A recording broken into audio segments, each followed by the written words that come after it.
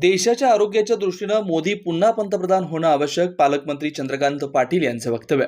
सोलापूर शहरातील डॉक्टर्स यांच्यासोबत पालकमंत्री पाटील यांनी साधला संवाद, जाणून घेतल्या समस्या.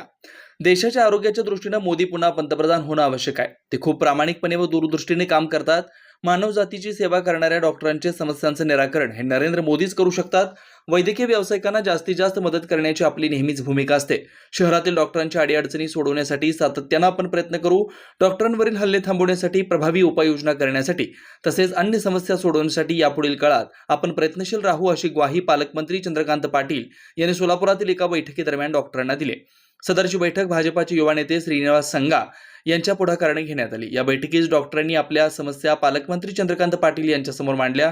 यावेळी या बैठकीस Mohan Dangre, doctor Raviraj Gaikwad, doctor Sarda madam, doctor Sachin Bongalikar, doctor Nitin Balwan, doctor Jiddimani, doctor Chandan Rawa, doctor Shrinivas Pindipol, doctor Sunil Kate, doctor Rajesh Phadkule यांच्यासह सोलापूर शहरातील हॉस्पिटलचे डॉक्टर्स उपस्थित होते.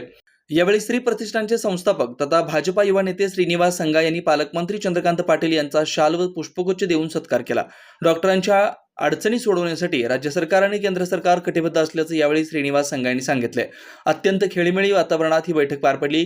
यावेळी शहरातील डॉक्टर संघटनेचे पदाधिकारी, सदस्य उपस्थित होते. पुण्यामध्ये काय झालं की पुण्यामध्ये 8 आमदार असल्यामुळे अनेकांचं म्हणणं होतं की आम्ही आहोत ना, पण 3 वेळा म्हणून पुरुषांनी रिजेक्ट केलं. महिला कार्यक्रम मग खासदार होते गिरीश बापट, त्यांची सून जी सांगलीला नगरसेविका होती, तिकडची केळकर यांची बापट, तिने कार्यक्रमाला एंट्री सभा 1.5 लाखाची पुण्याची वरती पुरुषांचं नाव पाठवलं एंटर म्हणून कार्यक्रमाचं संचालन करणार पूर्ण जे महिलेचं नाव पाठवलं.